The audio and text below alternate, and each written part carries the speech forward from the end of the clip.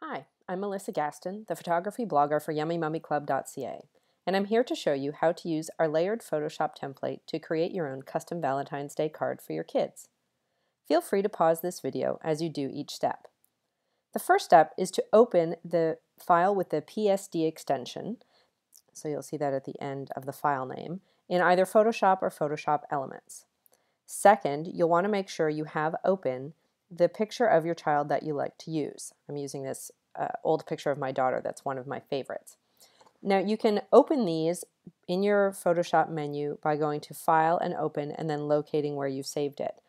Once you have them open, depending on what version of Photoshop you're using, it will show up as two separate tabs up here, or you may see your files in a bar down here. The next step is to make sure you've selected your arrow or transform tool, and then if you have this option to show transform controls, let's make sure the check mark is on there. That'll help us resize your photo later if we need to. Now we're ready to put our photo on top of the PSD file. If you can, remember to select the heart file first, because we really want your photo to go on top of this layer. If you don't do that, that's okay. I'll show you how to move your photo in a minute. So hit Command or Control A to select your whole photo. Then hit Command or Control C to copy it. Now, if you aren't a keystroke person, your copy and paste functions are also under the Edit menu. Let's click back over to the Valentine, make sure my heart layer on the right is selected, and then hit Control V. Don't panic that your picture is covering up most of the Valentine. We're going to fix that in a minute. If by chance you put your photo on the wrong layer, so let's say it was at the top and not above the heart layer, hold down your left mouse button, keep holding it down, and just drag down the layer until you see those little lines light up above the heart layer and drop it in. Then you should be ready to go. If your photo is massive, like sort of this big or bigger, one of the ways you want to make it a bit smaller so that you think you can fix it, fit it in the heart, hold down the Shift key and your left mouse button while pulling down the diagonal arrows on your photo. Makes it a bit smaller. It doesn't have to fit fully into the heart at this point, but it's just a bit smaller and easier to use. Then hit the check mark or the Enter button to make that change. Now, if your photo came over and was really small, you can always do the reverse, which is holding your Shift button down, your left mouse button, and trying to enlarge it. But it's possible that the resolution will be too small, and there's a chance that if your photo was too small, the picture will come out a little bit pixelated or blurry. So you can try it, but you may want to find another photo for the Valentine. So now that your photo is in place, I want you to click on the layer 1 or your photo layer and right click on it. And one of the options as you scroll down that comes up is Create Clipping Mask. And this is going to clip your photo into the shape of the heart. So you can select it right there, and you can also select that under the layer option. I'm going to release the clipping mask first to show you. So Layer, Create Clipping Mask, and there it goes. And now our photo is in the shape of the heart. Don't panic that it's covering some of your kid's face or whatever. We can still move that around. So as long as you've selected that layer, just left click on your mouse, hold that button down, and just slowly reposition your photo to wherever you would like it to be.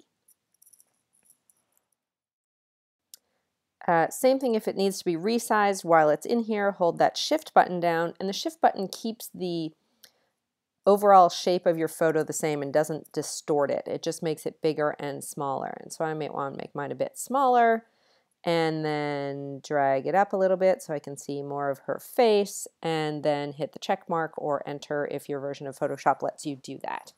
And now you're done. You are clicked in and you've now created your Valentine. Now, but what if you don't like this heart shape? And sometimes, depending on the picture you're using, it may cut off your child's head, and that's really not what we're going for. So remember that circle layer I talked about before? You'll notice that all of these other layers on the right-hand side don't have an eyeball next to them, and the circle one doesn't. So what I'd like you to do is click the eyeball next to the circle layer, Don't panic that that's covering it up. And I want you to go down and unclick the heart layer. From there, hold the left click button down on your mouse and hold that down with the layer, and then drag that photo layer up above the circle. Now you'll see we've lost our clipping mask, or that it was clipped into the shape. I'm just going to move my photo into the middle a bit more. But just as easily as we did it before, either going layer, create clipping mask, as long as it's above the circle, now we have it in a circle. You may like that better, you may like the heart better. Doesn't really matter which one you like. Just pick the one you like and use the clipping mask above that shape. However, you do need to make sure that you turn the eyeball off to hide that layer so that you only see the one that you're using. So I've gone back to the heart-shaped version. I like the heart-shaped version better. And now we're ready to save the Valentine in whatever shape you prefer. So have your finished version here on the screen. And let's go to File and Save As. Now I'd name it something new, and that preserves the YMC Valentine PSD file as it originally was. So I'm going to call this Kid1, and you'll notice it's PSD because that's a Photoshop format. I'm going to keep that just in case I ever need to make a change to it later. Leave it as PSD and hit Save. And if you have compatibility options, always hit OK. It makes it usable in the most versions of Photoshop that are possible. Then I do another Save As. And instead of Photoshop, save it as a JPEG, because that's going to make it easier for you to print it. And I'm going to show you in a minute the easy and, quite frankly, cheapest way to print these Valentines out. And so you can name it the same thing. It won't overwrite because it's a different format. This is a JPEG and this one is a PSD. And I'm going to hit Save. I always have my image option at maximum if possible, and then hit OK. Now that you've saved it and we're going to print it, click over to Word and open a blank document in Word.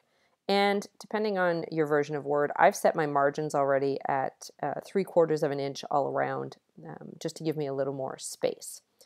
From here, go to Insert, Photo, and Picture from File. Again, this may be a little bit different depending on your version of Word, but it should be pretty close. From here, I want to find my JPEG file, so there was the one I just used, and hit Insert. And look at that, in it goes. I then make a few spaces, and then click back with my left mouse button on the image. Hit Command or Control C to copy it. Go back, click out to where I've spaced over a few spaces, and then hit Control V, and it pastes it. Hit a few more spaces, and Control or Command V again. Hit Return, and then keep hitting Command or Control V, and it'll fill up your page quite quickly. Once you have a full page, now see I've gone a little too far there, so it's because I put too many spaces in here. There we go, got them back on one page. You can get about 9 of these on a letter-sized piece of paper.